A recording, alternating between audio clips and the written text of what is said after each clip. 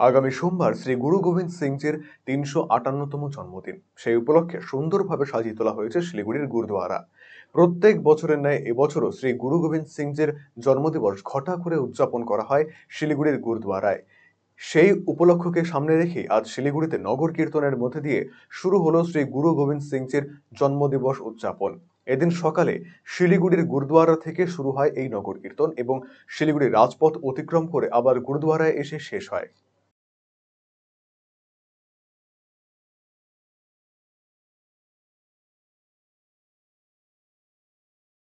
अ, साहिब श्री गुरु गोविंद सिंह जी का हम 358वां प्रकाश पूरब जो कि सोमवार को आ रहा है 6 तारीख को, उसके उपलक्ष्य में आज एक विशाल शोभा यात्रा बड़े शानो शौकत के साथ में निकाली जा रही है सिलीगुड़ी गुरुद्वारा की तरफ से, जिसमें बाहर से आया हुआ गतका पार्टी है।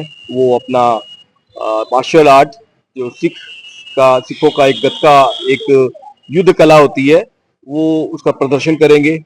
और उसके बाद में बाहर से आए हुए रागी जत्था है, ऑर्केस्ट्रा पार्टीज हैं, बैंड हैं, वो सारे अपना जो अपना प्रदर्शन करेंगे और स्कूल के बच्चे इसमें शामिल हो रहे हैं।